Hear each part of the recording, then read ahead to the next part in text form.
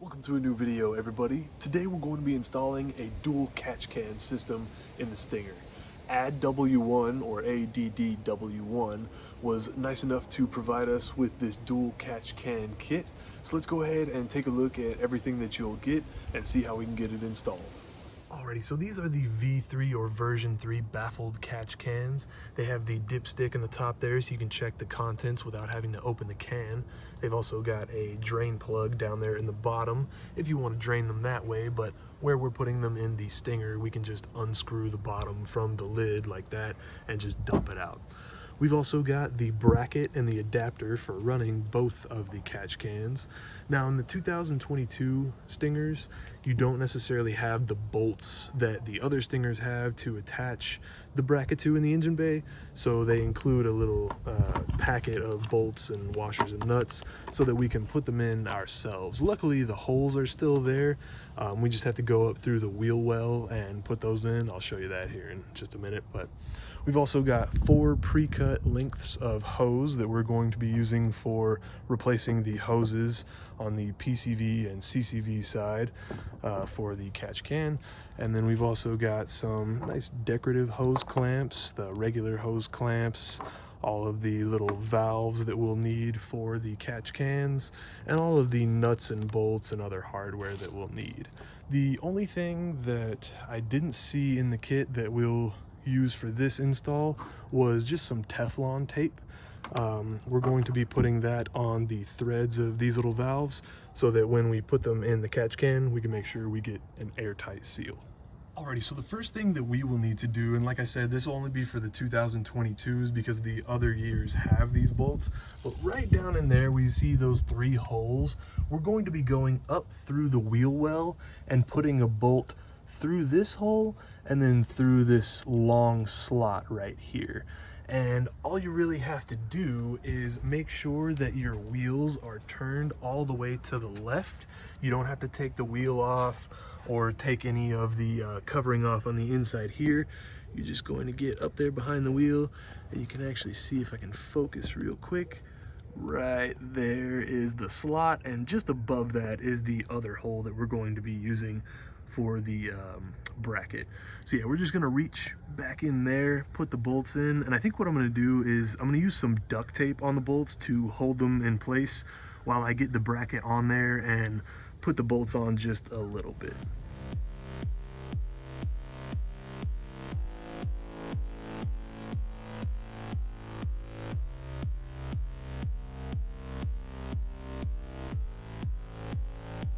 Okay, so my mistake. I was looking at the bracket and the bottom hole down there is shaped like that long slot, but the bolts do not want to go through there. So you're going to use both of these circular holes.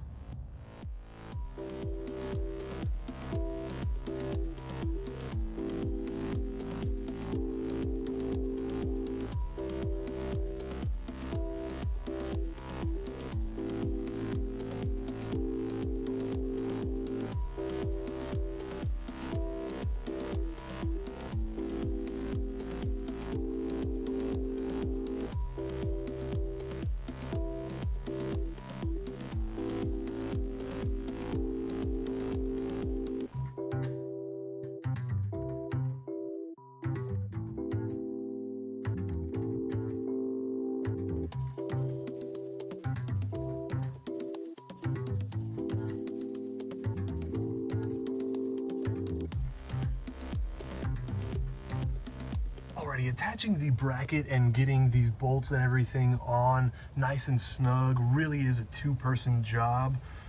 You know, trying to stick your arm in through the wheel well while you're trying to fish, you know, the bolts out and put the washers and locking washers on there, and then the nut is not really ideal. So if you can get somebody to help you, go ahead and do that. So next thing that we will do is attach this other little bracket, the extender here, to this side so that we have the ability to hold both catch cans.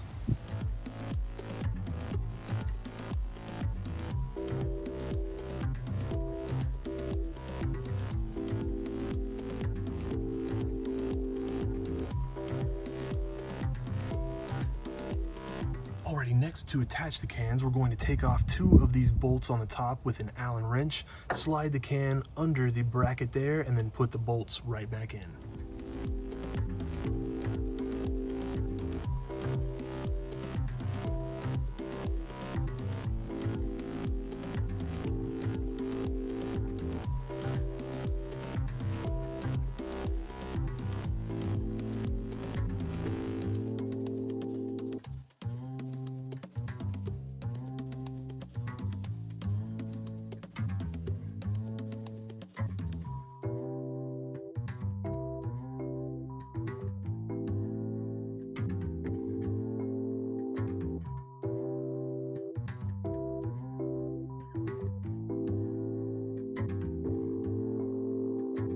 Now, when you're putting your Teflon tape on, you want to make sure that you're pushing it down and rolling it so that whenever you go to actually screw it in, the Teflon tape isn't going to unravel. You also want to make sure that you're using the O-rings provided. That also is going to help make sure that you don't have any leaks.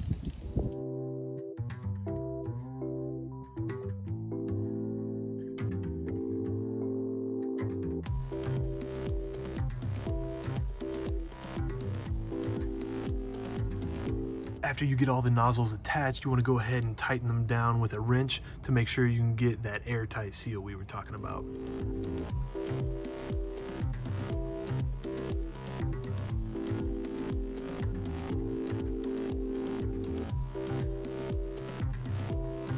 Now that we've got everything tight and snug, we can go ahead and start working on our hoses. The first one that we're going to work with is the shortest piece of hose.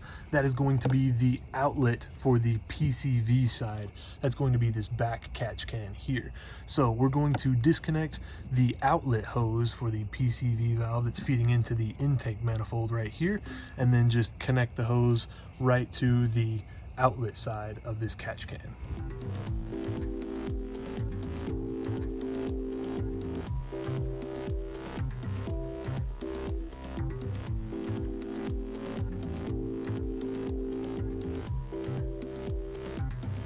To get the rest of the PCV tubing off, I found that it was best to just go ahead and take off this little bracket right here, and the plug that was attached to it, you can just pinch and pull that out, and then there's a little bolt right here that sits in that you can remove. That way you can go ahead and get to the clamp down here and take off the PCV hose a lot easier.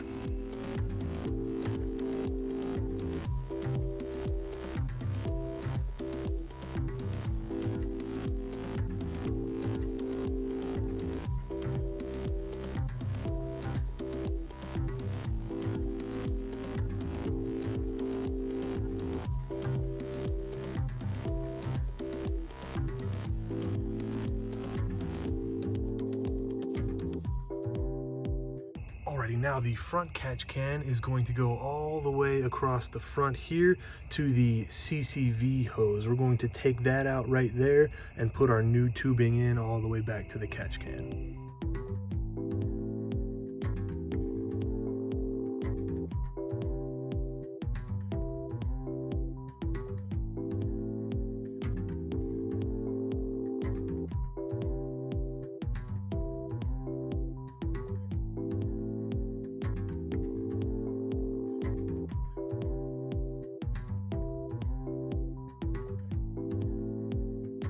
Now, of the 2 hoses that we have left, we're going to be using the shorter one for the inlet of this front catch can. We're going to go ahead and snake it under all of our other tubing here and hoses, and then it's going to connect right back in there to that valve. But like I said, we're going to be snaking it under all of this stuff first.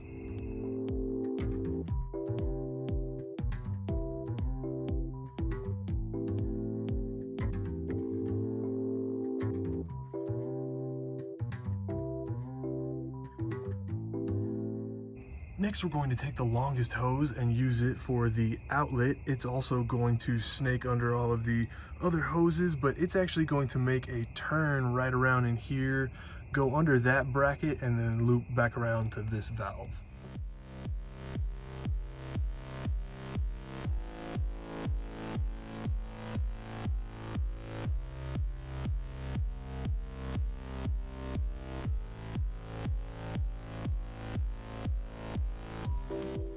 Alrighty, so this hose didn't really want to make that turn while fitting under that bracket, so I just went ahead and left it on top. It should be fine. And then what they suggest doing is go ahead and taking these tubes and zip tying them up to here. So we'll go ahead and do that, and then we'll make sure that we tighten down all of our hose clamps, and then we're going to put the bracket back on over there and plug that little plug back in.